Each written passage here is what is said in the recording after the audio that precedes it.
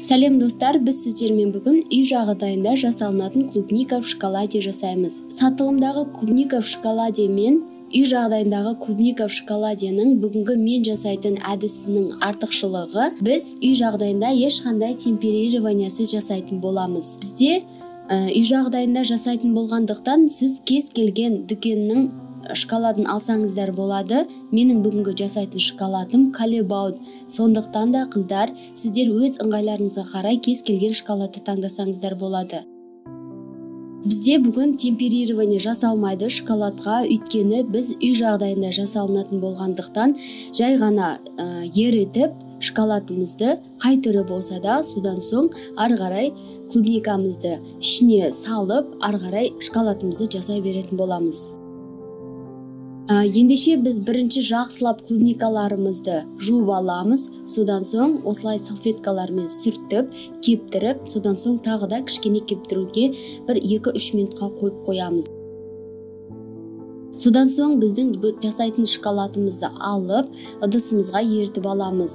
Міне бүгін бізде Callebaut шоколады, мен Callebaut шоколадын алдым. Бізде бұл не темперированный болғандықтан, оның сындырған кезде ешқандай дауысы шықпайды, және де қолыңызда ұстап тұрған кезде ол сол арада уже ери бастайды. Сондықтан да қыздар, сіздер кез келген осы шоколадты алып жасаймын десеңіздер де, сіздер темперирование жасамастан бірдестен ерітіп, микроволновкада немесе водяной баняда ерітіп, бірдестен жасай берсеңіздер болады. Содан соң қыздар, тағы да бір айта кететін жағдай, егер де сіздер Callebaut шоколадын алып қолданатын болсаңыздар, онда сіздерге бірдестен ұзақ уақытқа микроволновкаға салып жіберуге болмайды, өйткені ол күйіп кетуі мүмкін. Сондықтан да ең алдымен бірінші 30 секундқа, содан соң ыстық болып тұрған кезде үстінен осылай тағы да ерітілмеген шоколадтарымызды үстінен салып, содан соң кішкене суытып аламыз. Сонда осындай консистенция шығады бізде қазір. Жақсылап ерітіп, жақсылап араластырамыз қыздар. Өйткені әр кезде араластырған сайын біздің шоколадымыз өте керемет болады. Өйткені ішіндегі шоколадтың концентрацияларының барлығы жан-жаққа ыдырап, шашырап, жақсылап араласатын болады. Бұл Callebaut шоколадын біз көп араластырған сайын біздің клубника в шоколадеміз жақсы шығады қыздар. Сондықтан да жақсылап ұзақ уақыт араластырасыздар. Содан соң осылай мен жеке өзіме бетін әрлегенге кішкене кондитерский мешокқа алып алдым, 1,5 қасықтай. Егер сіздердің клубника в шоколаделарыңыз көп шығатындай клубника болса, онда сіздер 2 немесе 2,5 қасық алып қалсаңыздар болады. Үлкен ас қасықпен қыздар. Енді біз осылай барлық клубникаларымызға ағаш таяқшаларын салып шығып, содан соң дайын болған шоколадымызға барлығын салып аламыз. Содан соң бұлардың барлығын сіз егерде асығыс болсаңыз, сіз холодильникке салып қатырып алсаңыз болады. Егерде сіз ұзақ уақытқа жай бөлме температурасында қатырам десеңіз, онда солай қатыруға да болады. Содан соң қыздар, тағы да айта кететін жағдай, біздің клубникаларымыздың барлығы қатты және езілмеген болуы міндетті. Өйткені бізде езілген болса, онда ол еріп дұрыс болмай қалады.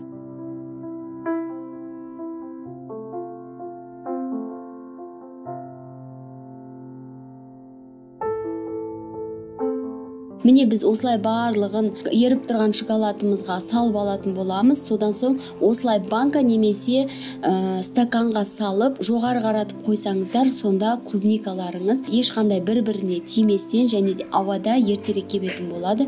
Және де барлық шоколадтары қойған заттарыңызға жабысып қалмайтын болады қыздар. Біз осылай барлығын қойып шығамыз. Содан соң кеуіп болғаннан кейін пергаментный қағаздың үстінде клубникаларымыздың барлығын қоятын боламыз.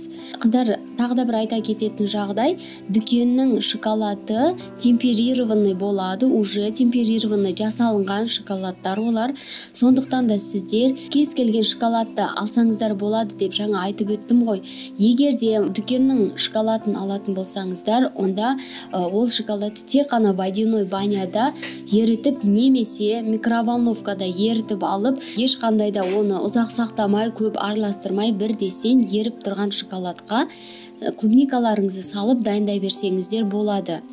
Ал егерде сіздерде меніңкі сияқты колебауз шоколады болатын болса, онда сіздерге бірінші микроволновкаға салған кезде бірінші 30 секундқа жіберіп, одан соң шыққаннан кейін жақсылап араластырып, тағы да 15 минутқа салып, одан соң шыққаннан кейін тағы да араластырып, үстінен ерітілмеген колебауз шоколадтарын салып, тағы да жақсылап шоколады ерігенге дейін араластырып аласыздар. Содан соң дайын болған массамызға клубникаларыңызды салып дайындай бересіздер. Достар, мінекей менде осындай болып шықты.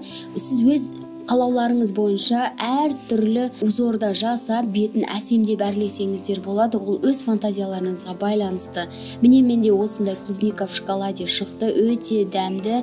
Ешқандай сатылымдағы тұрған клубника в шоколадедан кем емес. Сондықтан да сіздер өздеріңіз үйде, үй жағдайында ешқандай темперированиясыз клубника в шоколаде жасап жесеңіздер болады, қыздар.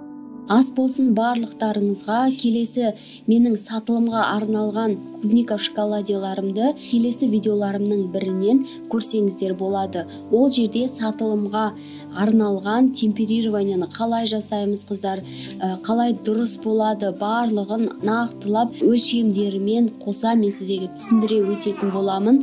Сондықтан да қыздар, менің видеоларымды жіберіп алмас үшін маған лайк басып, подписация етіп кетіңіздер. Егерде маған тіркелмеген болсаңыздар, төмендегі подписация батырмасын басып, маған тіркеліп кетуді ұмытпаңыздар.